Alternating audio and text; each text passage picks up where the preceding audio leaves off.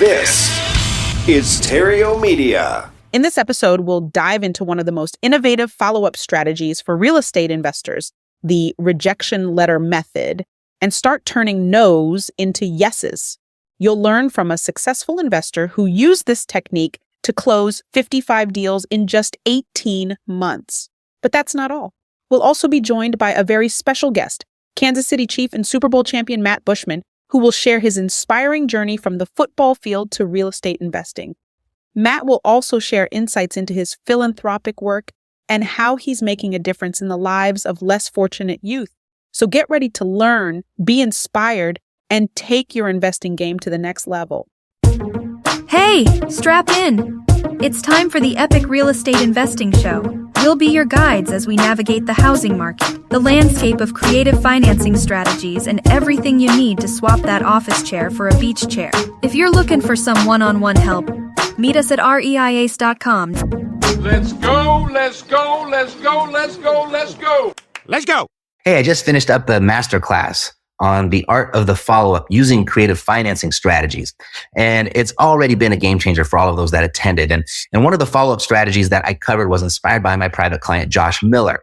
And what he did is he took a basic tool that I gave him and he called it the rejection letter. And he used it in an entirely different way. I mean, it's freaking genius what he did. He sent this letter to every seller who ever rejected him. And you won't believe what happened next. I mean, in just 18 months, he sent out about 1,100 of these letters. And it resulted in 55 extra closed deals during that period. Yeah, 55 extra deals. I know so many people that run away from or just completely avoid rejection.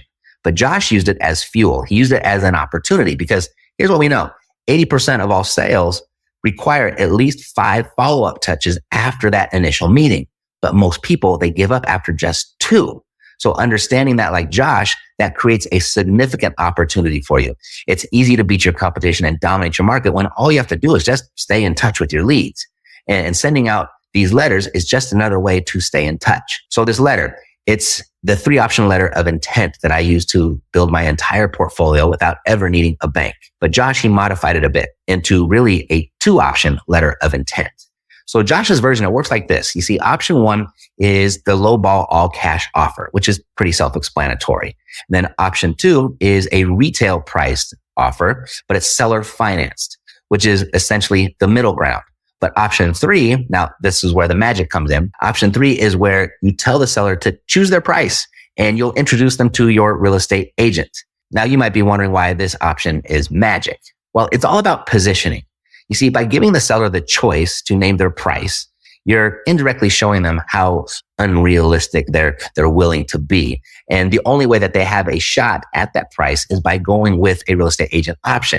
But since they called you instead of an agent, that's probably not the option that they want. So it's a little bit of a Jedi mind trick that narrows their choice down to just these 2 options. So I started doing this because I recognized the genius in it. But then I didn't count on this part. You see, for those that did actually choose the agent option, the agents that I would refer them to would routinely, drop the ball and not close the listing, and I would lose the lead. And you know what that means? There was no referral fee in it for me. So I reverted back to my 3-option version, but I changed one of my options. And this has turned out to be a much better alternative. I inserted a novation arrangement into the 3 options. I mean, I can't believe it took me this long to figure that part out, but hey, better late than never, right?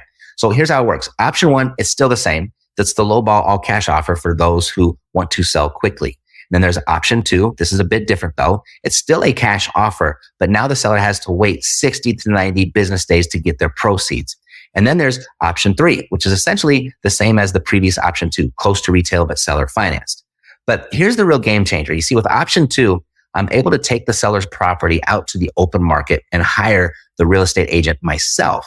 And what that means is I'm not at the mercy of cash buyers like I would be with an assignment or a wholesale deal.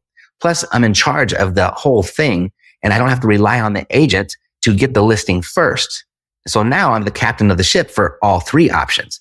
And considering that 85% of home sales use a real estate agent to sell their home, by hiring the agent myself, I'm able to tap into that much larger market more often and reach many more buyers than I would if I were limited to just investor cash buyers. So we use this 3-option letter of intent in 3 different ways.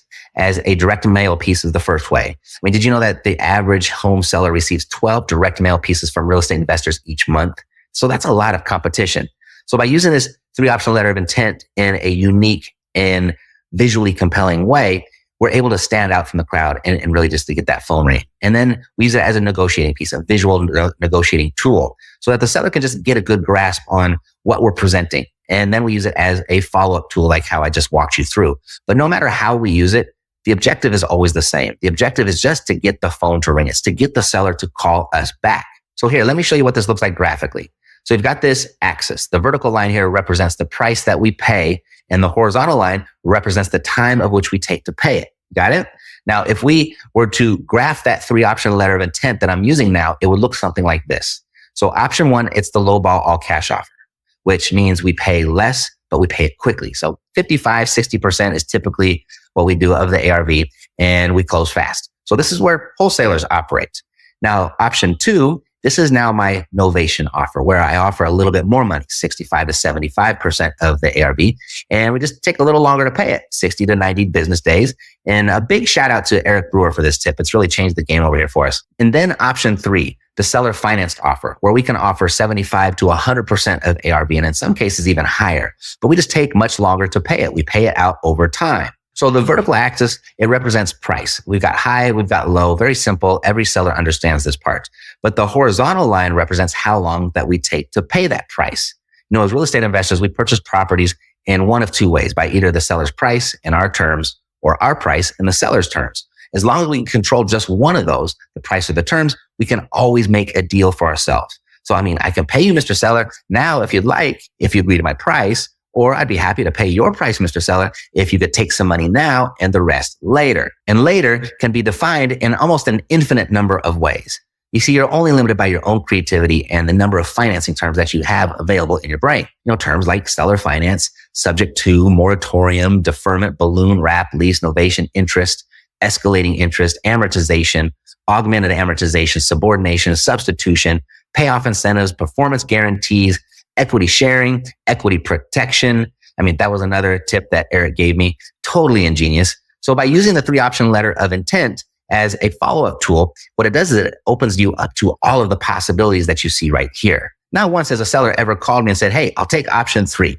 No, it's always something like, you know, I like option 3, but can I get a bigger down payment? Or can I get a higher interest rate? Or can I get a shorter payment term? And regardless of what they say, now you're in business because you can always say yes. You know, Mr. Seller, I'd be willing to do that for you if you'd be willing to do this for me. And then you just scroll through all of your financing terms, the one that you see here, and just kind of introduce the one that counterbalances the seller's request. And that's how you end up doing win-win deals. And that's how you maximize your marketing budgets and close more deals altogether. So right now I'm looking for 5 aspiring investors who are already marketing, they're already generating leads, they're already talking to sellers who want to smash a really big goal by the end of the year. And incorporating these types of follow-up strategies and creatively financed deals, that can be a big part of your goal. We'll be back with more right after this. Quentin here runs a sustainable clothing brand. Hi there. He's excited that his shipping company, FedEx, has set a goal of having carbon-neutral operations by 2040. Impressive. When an influencer tweeted about his recycled bamboo t-shirts, Quentin unexpectedly became quite popular. I'll take it. He uses FedEx to reach new customers around the globe while making Earth a priority. FedEx, where now meets next. Matt Theriault, investor, tell us where the deals are. Today's property is in Birmingham, Alabama. And tell us what the numbers are. This charming craftsman's cottage has been lovingly updated, making it the perfect place for a growing family to call home. With 3 cozy bedrooms, a bright living area, and a pet-friendly fenced-in backyard, your tenants will have everything they need to make lasting memories. When they step inside, and they'll immediately notice the natural light that floods the interior thanks to the home's large windows. With a keyless entry system, they and their family can rest easy knowing that they're secure. The wide front yard is the perfect spot for barbecues and family fun. Located in a family-friendly area, your tenants will have access to top-rated schools like Hillview Elementary and Minor Middle and High School, And with easy access to Highway 75 and nearby groceries and convenience stores, they'll never have to go far to get what they need. But the real treasure of this property is its proximity to nature. Just a short drive away, the Railroad Park Foundation offers a tranquil escape from the hustle and bustle of everyday life. If you're looking for a property that is both a comfortable family home and a smart investment opportunity, look no further. This property is a gem and will bring in cash flow for years to come. Don't wait. For more information on this property and others like it, go to cashflowsavvy.com.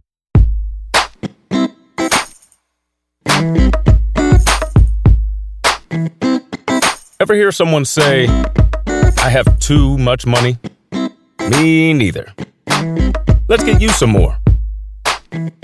Back to the show. Today, I'm bringing you an inspiring story from a successful investor who's making a difference in the world. And in addition to being a real estate investor, he happens to be a Super Bowl champion. Before I introduce him, though, I'm looking right now for 5 aspiring investors who are already marketing. They're already generating some leads. They're already talking to sellers who really just want to smash a big goal by the end of the year. So our guest today, as a professional football player, he knows firsthand how important it is to have a solid financial plan for the future. And that's why he's turned to real estate investing, and he's here to share his journey with us. But he's not just a champion football player and a successful investor. He's also a philanthropist. His nonprofit organization is dedicated to providing sports opportunities to the less fortunate youth, and he's making a real impact on the lives of children all across the country. So if you're ready to be inspired and learn from one of the most successful athletes turned real estate investors in the game, you're really in for a treat today. So please help me welcome to the show, Kansas City Chief and Super Bowl champion, Matt Bushman. Matt, welcome to the Epic Real Estate Investing Show. Hey, what's up? So happy to be here. Thanks for having me. Yeah, I'm happy to have you here. So thanks for reaching out. I appreciate that. And I can't wait to get to know you better. Where are you calling from right now? I'm in Kansas City right now. So The draft is about to hit off here in like an hour or two. Got it. Did they not choose the first person yet? We got a defensive end actually last night. And then, yeah, he's like a hometown kid. He played at K-State. So it's going to be exciting to see. Hopefully not so many tight ends get drafted, but we'll see where it goes. Yeah, right? You got the competition. Yeah, my son is so into the draft and he tells me all about it. And I'm just like, where do you find all this stuff? The internet, everything is there. Yeah. But anyway, I was just kind of curious, like, you kind of reached the pinnacle of what professional football players want to achieve, and that is winning a Super Bowl. But what was the earliest memory that you have now looking back, the earliest memory you have of playing football, and when did you know that you wanted to pursue it as a... Yeah, I'd say the earliest memory that I have was I grew up in New Orleans for a little bit, and they had tackle football for like 4 and 5-year-old kids. So I was a little, just a tiny little kid out there, full pad, just getting after it. And that was a lot of fun. And I'd say in high school was kind of when I realized my coaches were like, hey, if you keep this up, you keep improving year after year, you can do it. You can go all the way. So, that just motivated me little by little. There were always setbacks, but yeah, I'm super grateful to be where I'm at right now. That's awesome. So you went to Arizona. You're a Wildcat. Tell us about that and what you learned from that experience in college just before you went pro. I actually went to BYU, but I grew up in Tucson, Arizona. So I was almost a Wildcat. I got a weird Wikipedia page then, so sorry about that. No, don't worry at all. Right. Yeah, college was cool. So I was recruited to play football and baseball, and I almost went to Arizona. So maybe that was a salty Arizona fan that wanted me to go there. So BYU was awesome. It was up in Utah. I had some family there, so it was cool. The seasons were kind of up and down as my career went on, but I was fortunate enough to play right away as a freshman and, learn through experience out there. And it was cool. I had success, and I feel like I just kept getting better and better as the years went on. It's awesome. So now that you are a Super Bowl champion, looking back, what's been your biggest lesson from sports that you've carried over into your personal and business growth? I would say one of the biggest things is just the importance of staying in the present, like just focus on control what you can control, because man, there's so many things. My senior year of college, I was supposed to have my best season, was going to have this crazy year. It was when Zach Wilson, who plays for the Jets now, had his kind of takeoff year that got him drafted. Going into that year, I tore my Achilles and I couldn't control any of that. So I was bummed for a while. Like, man, this is supposed to be it. I was supposed to get drafted, keep going and have all this awesome story. But yeah, popped my Achilles, couldn't play football, couldn't get that film out there. So it was mainly just like, hey, you need to control what you can control, stay in the present, focus on those little victories and, stack each day and get better and better. And wherever the chips fall, I'll be ready for it. So I didn't have an ideal necessarily like this draft starting up right now. It wasn't ideal for me. I watched the whole thing, had all the calls with teams and interviews. I went undrafted, but just to say that I'm here and I was able to overcome that injury, I feel like I've grown a lot personally and in the sport. That's a big injury. That's a career ender for a lot of people. What was the recovery? Was it a long recovery like they say it is? Yeah. So they have a little bit of a newer procedure that they do that gets guys back a little bit faster, but I was cleared at about 6 to 7 months. So it was right before the BYU Pro Day. I was able to get on the field and at least run routes and show that I can still play. But it probably took about a year until I was really feeling like myself and confident actually out there. Yeah. Can only imagine. Is it a painful injury? Yeah. I mean, you see like Kobe Bryant where he was able, like his snapped and then he was able to kind of limp back onto the court and make those free throws. I mean, he's a different beast. For me, I was running a fade route. So right when I turned my head to look to see where the ball was, I just felt this huge snap in my calf. So it felt like I got shot or got kicked like super, super hard. And then my calf just cramped up like crazy. So I was like, man, I either have the worst cramp or like Charlie horse my calf right now, or I popped my Achilles. And yeah, unfortunately, that's exactly what I was thinking about, was watching Kobe, and it was just like, he walked back out there and I was like, well, that injury must not hurt that bad. But you could see how like his leg was almost dead. Like his foot was almost dead. Right. Yeah. It's like a complete drop foot and you're just, there's nothing. So weird. I can't imagine actually, because that sounds terrible. What are some misconceptions that people have about the financial realities of professional sports, and how have you been able to navigate those challenges? Yeah, I mean, you assume that every NFL player, professional athlete you see their salary and you're like, oh, they're making that. But then in the NFL at least, almost all salaries aren't guaranteed. So you're just going week by week. And if you're still on the team, then you get that week's cut. Baseball is awesome because they get that guaranteed salary. Basketball, they get a ton of money. So in football, you see like, okay, this guy like as an undrafted free agent, it's like, oh, Matt Bushman just signed a 3-year, $1.5 million deal or whatever. But you don't see nearly any of that if you're because you can get cut, you can get put down on the practice squad. So there's all these different things where it's like to the public's view, it's like, man, that's a millionaire. But in reality, now you're really just you're going week by week, hoping you're still in the squad. So you have to get your financial things in order, or else they say the NFL stands for not for long, and it's also pretty much the average. Like almost like 90% of the players go bankrupt after they're done playing. So yeah, that's a real stat, huh? Yeah. Sure. So it's unfortunate to see. Yeah, no, sad. It's sad, really, especially like your idols from way back in the day, and that didn't make the type of money that the players make today, and now you're just kind of wondering what they're going through. I hang out with the guy that's been trying to make the PGA Tour forever. He's just about to give up. It's about 20 years doing it, and then I just coincidentally had dinner at a table with a group of people, and I sat next to a tennis player who was trying kind of on the same journey, trying to make the USTA Tour, and they have something in there that I didn't realize, that because it's so expensive to travel as far as to go to all the golf tournaments and then have to travel the world to go to all the different tennis tournaments. Like there's sponsors that come and kind of scoop you up right when you get out of college and you start to make that transition. And they have a piece of your pie for essentially the rest of your career. Like if they foot the bill for your plane and everything like that. Is there something equivalent like that in football? I would just say pretty much every athlete gets a has an agent. Lamar Jackson's probably the only one that hasn't had one, and that was awesome for him because he just signed like he's the highest paid quarterback right now, and he doesn't have to give that 3.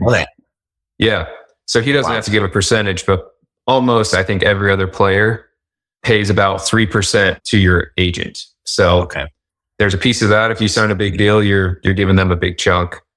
You also usually sign a financial advisor, and they usually charge a point of your financial gain. So yeah, I mean, there's little things like that. And there's also, I guess, a lot of shysters out there that will also try to take your money and pose as some legit person, and then also, take your investment and hurt you.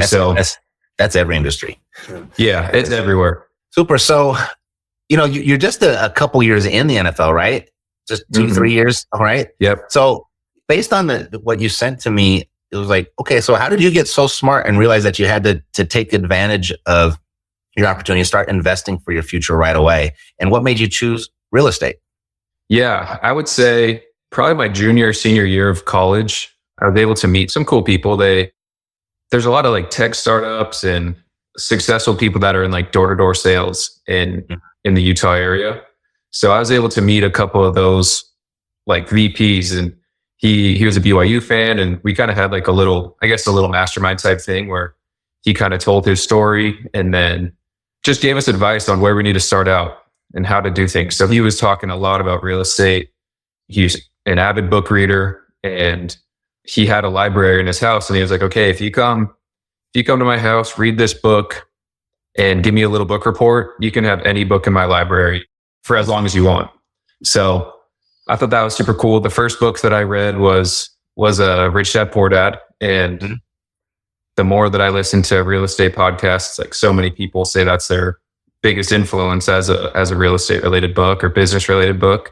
And yeah, that just kind of put my mind in a blender, and I was like, oh wow, there's some things that I need to change. And if I do it, it can be a cool life and things I can achieve some cool things. From there on, the way that he was talking about real estate and the importance of it and how you just need to kind of chip away little by little. I got married, and I'm married right now. So I have a 2-year-old daughter. I was like, all right, we need to, instead of just renting in college, let's just buy a little condo in the nearby town. So we got a condo, and then after a year or two in the NFL, we ended up buying a place, and instead of selling it, we started renting out that condo as a long-term rental. And that was kind of the very beginning stages. And I was just like, man, this is really cool. If I can hold on to my properties and acquire more, like there's some sweet things that I can do. Yeah. I wish they would have taught us that in high school. I always think about the book, Rich Dad, Poor Dad, and he's been on the show a couple times. And God, if they just swapped out, say, Catcher in the Rye and just put that one in its place, what an impact that would have had on so many different people's lives. Because, you only need a dozen properties and you're set for the rest of your life, and if you would have started out of high school with that knowledge, I think everybody would be in a very different situation. Definitely. So walk us through your first real estate investment, and what did you learn from it? So that first one was a condo. It's in a town called Vineyard, Utah. It's like 20 minutes from Provo, where BYU is. So yeah, it was a $265,000 condo, and my wife and I at the time, as college students, were like, "Holy cow! How are we gonna afford this? This is crazy!" Right. And yeah, we just put as much as we could, the lowest percentage down on the loan and down payment and everything, and we just made it work. But it's gone up in value like crazy because it's a condo. The HOA kind of takes some of the cash flow away, which is unfortunate. But we still cash flow a few $100s a month. But what's been crazy to see is from 2020 until now is the appreciation on that condo it's gone up probably at least $100,000 in value. And yeah, I'm just finding ways. I just did a cost segregation study, and I'm trying to find ways to make my wife and I real estate professionals so that we can benefit from all that bonus depreciation and different things so that we can get rolling into more properties and hopefully a vacation rental here soon. For sure. Super. Did your wife work? She doesn't. She's a stay-at-home mom right now. Okay. Just get the real estate license, and now you're a professional. I know. With all that tax benefit off that NFL money. That'd be a brilliant plan. We used to get taxed like crazy in the NFL. So yeah, if there's any way, I've talked to a couple different people just to try to make it attainable. So either a real estate professional or a real estate agent or a couple other things. So yeah, it's exciting. For a married couple, the agent thing is just so easy, particularly if it's a stay-at-home mom. Just get the license and that's what she classifies on her taxes and you both are good to go. You get the benefit from that.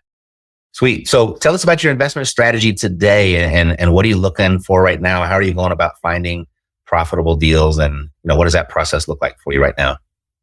I'd say it was going into training camp last year. I was fortunate enough to be kind of through networking opportunities, be able to put some money into a syndication. So it was a value add. They focus on value add and it's all on multifamily properties here in the Midwest, actually. So there's some Kansas City apartments, some in Louisville, Kentucky, and Dallas, and then a couple of gas stations also. But yeah, so that's been another thing that I've been able to kind of dabble into that's more hands off. But the strategy now has been kind of just, when I'm not in season, is trying to find mentors in different real estate areas to see what really pumps me up and makes me want to really dive into that, focus all the way on that. And so I was in Dallas, throwing with Mahomes and some of the other tight ends, receivers, running backs here a couple weeks ago. And I was able to meet this mentor, and he really focuses on vacation rentals and more of like high-end vacation rentals. So it's not just the typical Airbnb that can get lost in the dust. So he's done really well with that. And he kind of finds markets that aren't oversaturated and that will be a vacation destination. So that's been something, is learning from this mentor, trying to take his advice. And that's probably my main focus right now, is finding a vacation rental, because that can also, if I'm not a real estate professional, I can also use those active gains or losses against my NFL income. Sweet. I just recognize what you said. You're just throwing the ball with Mahomes. I was like, oh, it's just nonchalantly. That's awesome. So great. Yeah, pretty cool. My 10-year-old self would probably be freaking out if I knew what I was doing nowadays. So it's cool. Yeah, he's remarkable. So yeah, as you're looking at different strategies, you've got mentors and stuff, which, gosh, I wish they had taught me that in school too. I didn't know that was such a shortcut. Right. There's so many different ways to make money in real estate, and there's such a give and take of whether it takes your time or your knowledge or your credit or your money, and you can participate in so many different ways. How are you kind of balancing the demands of your football career with your real estate investments? Or is it just all football right now? We just kind of dabble on the side, or how are you balancing that? I'd love to say that it's 50-50. I mean, there's parts of this is the football season where it's like, okay, I need to be all in. And like training camp, for example, the Chiefs, they put us in a D2 college in St. Joe, Missouri, kind of in the middle of nowhere. And you're living in the dorm. And you're going from like 7 a.m. until 8, 9 at night. So yeah, I'd say in that situation, it's all football. But the schedule right now isn't as crazy. So right now I'm focusing on real estate, trying to find ways to see if I can find deals or just connect with people so I can eventually take off and keep stacking these properties. So it just depends on where the season's at. So right now, the off season, I'm like, okay, it's real estate time, but there's just it's a weird balance. That's awesome. So tell us about your nonprofit organization and why it's important to you. Yeah, it's just called the Matt Bushman Foundation, and we find ways to give sports opportunities to less fortunate kids, and it's been awesome. So JJ Watt I saw some video about him and his foundation, how he started it in college, and I was just like, man, that's pretty cool that he was able to do that in college and make such an impact. And his is worldwide, like his is massive. Right. So my senior year, I was like, man, I think this is really cool. I want to do this. I want to give back to kids. And I had my brother-in-law, who is an attorney, kind of help me do all that stuff while I was playing. And yeah, now it's a 501c3. It's an official nonprofit. And we found ways to give back. When I was playing for the Raiders, my rookie year, we've given back to some of those youth foundations, helped some teams get some jerseys or uniforms or gear. We sponsored young kids who can't afford to like get onto teams. Because man, those youth sports, they get expensive these days. And I have a daughter. I'm not looking forward to paying for all those fees. But yeah, this foundation Let's hope she doesn't play hockey because that's an expensive one. My son, oh my God, stuff that you got to buy for that sport. Yeah, let's hope not.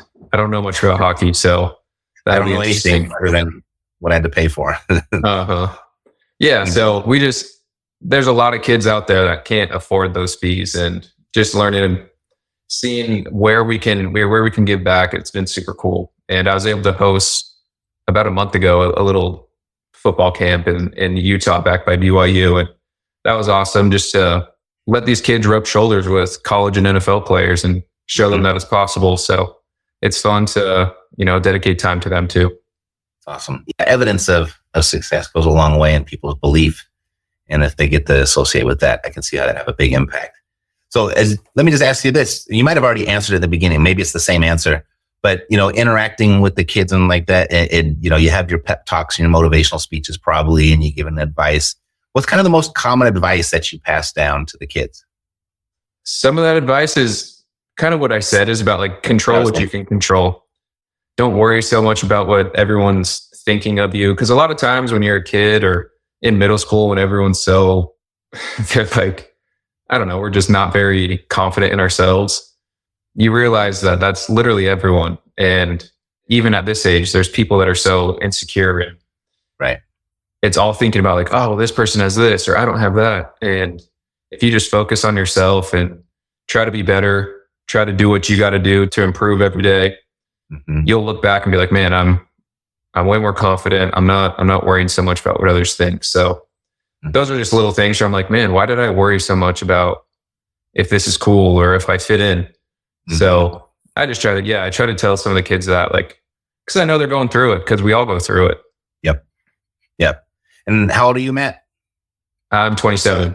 27. Okay. Well, you're getting close to the 30, because what I've noticed, I look back at different milestones as you're kind of saying right now. Wow, I wish I didn't put so much thought or weight on, what people thought of me in high school and that type of thing.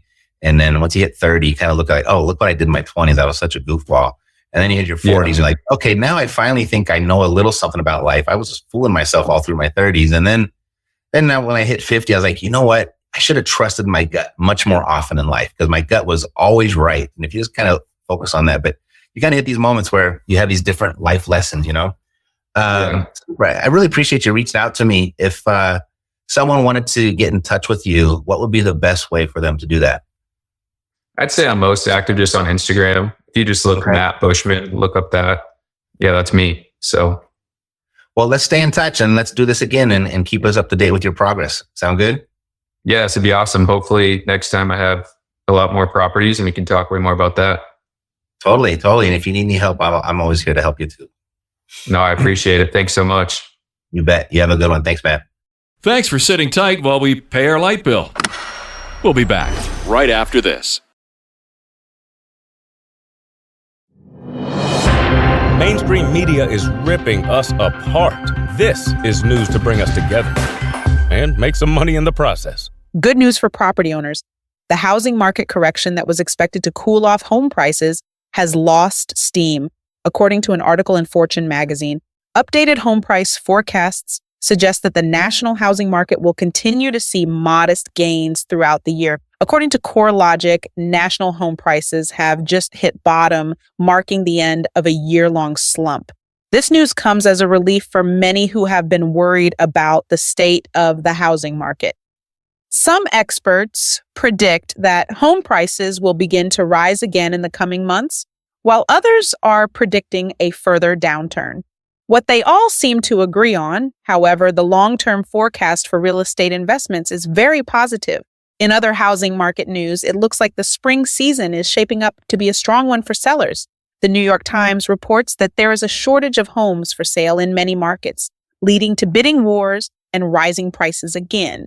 While this may be frustrating for buyers, it's a great time to be a seller.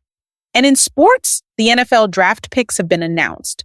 259 prospects heard their names called as they officially became NFL players.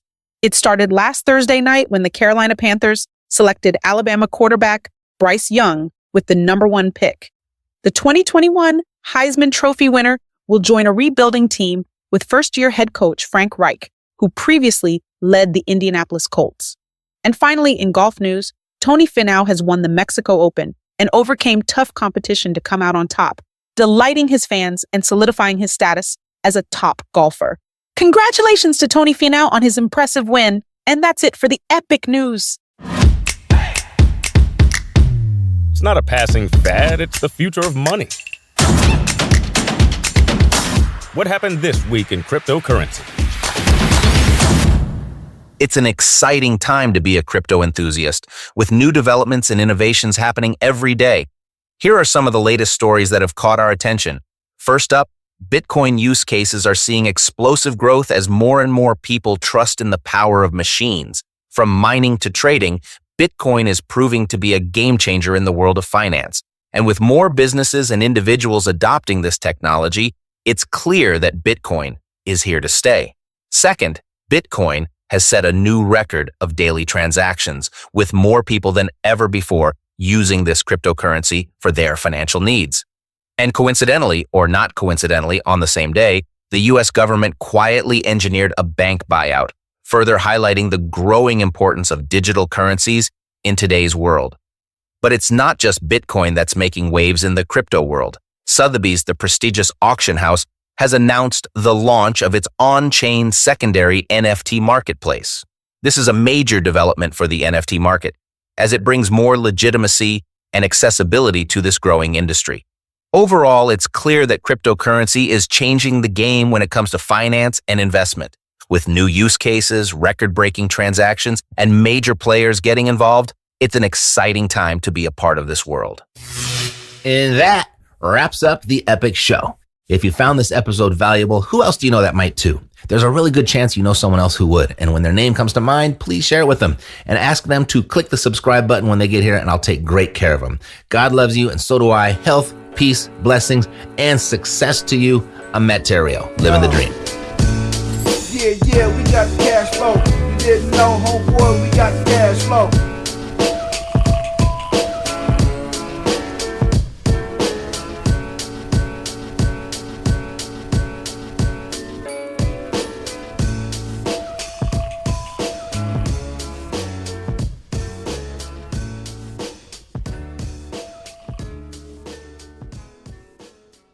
This podcast is a part of the C-Suite Radio Network. For more top business podcasts, visit c-suiteradio.com.